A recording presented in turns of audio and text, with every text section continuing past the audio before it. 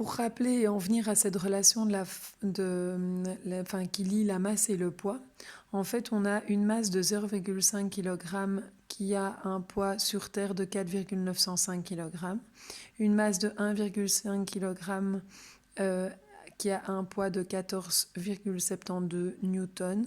En fait, on se rend compte que si on fait le poids de cet objet divisé par la masse, c'est égal à 9,81 et ça dans les 4 situations. Ça veut dire que quand on fait le poids divisé par la masse, on a bien ce qu'on appelle une constante, donc finalement le coefficient directeur de la droite si vous faites des liens avec le cours de mathématiques. Et donc comme cette constante est la même, on peut supposer et on arrivera en effet à un graphique en ligne droite pour ce graphique du poids en fonction de la masse. Le graphique, vous l'avez ici.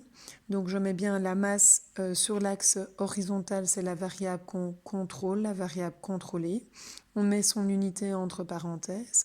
On a bien le poids en newton avec l'unité aussi entre parenthèses. On note bien le titre graphique du poids d'un objet en fonction de sa masse. Et alors en fait, chaque fois qu'on a une masse, donc par exemple 0,5 kg, ça avait un poids de 4,905 newtons. Et on continue, chaque fois on met des points. Comme nous voyons, c'est bien une droite passant par l'origine, le point 0. D'accord ? Donc on a bien deux grandeurs qui sont directement proportionnelles. Les réponses, je viens de les donner. Donc variable contrôlée, la masse. Variable dépendante, le poids. Comment varie la masse en fonction du poids ?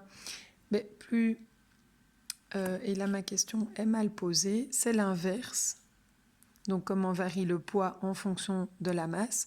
Et donc plus la masse augmente, plus le poids augmente. Si la masse elle est multipliée par 3, le poids est aussi multiplié par 3.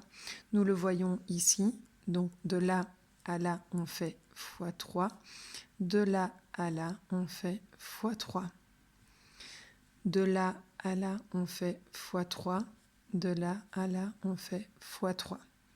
Et chaque fois, donc, on a bien cette fameuse constante qui revient. Donc là, ce sont les consignes pour réaliser le graphique que je vous ai montré. Et donc, si on doit analyser le graphique, on va mettre plus la masse augmente, plus le poids augmente également. Et si la masse, elle est x2, par exemple, le poids est aussi x2. Maintenant, si la masse est x3, le poids, il sera aussi x3.